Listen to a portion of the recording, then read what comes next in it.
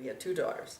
And we had always, for some reason, which I look back on, I don't know why, but the two of us had always talked about adopting a child. And so, when our youngest daughter was 2, we decided to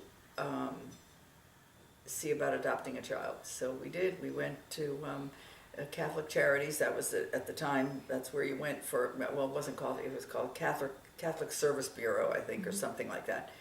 And so we went through all the, paperwork and the interviews and all of that, and then we just waited and waited, and then all of a sudden one day we got a phone call, and at the time, you got a phone call and you either said yes or no.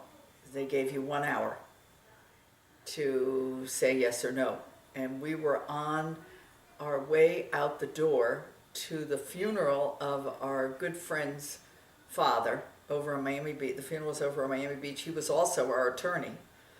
And so I asked her if we could have 2 hours because we were going to the funeral. We wanted to talk to him as him being our attorney. And so he called and got all the information at the, on the same afternoon of his father's funeral. And so we said yes, and we got a baby boy, 8 months old. And how was that? Did you go pick him up? Yeah, we went and picked him up. We went down to I forget where it was. I think maybe it was where the cathedral is in Miami Shores. Is that where it is? In Miami Shores. And I can't even remember where we went, but we were talking about it this morning. We remember bringing him home.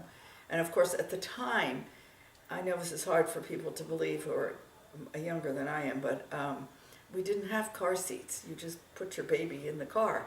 And, if it was an infant, you laid it on the seat, and if you could sit in your lap, or otherwise they sat in the back seat, or if you had a station wagon, they roamed around in the back.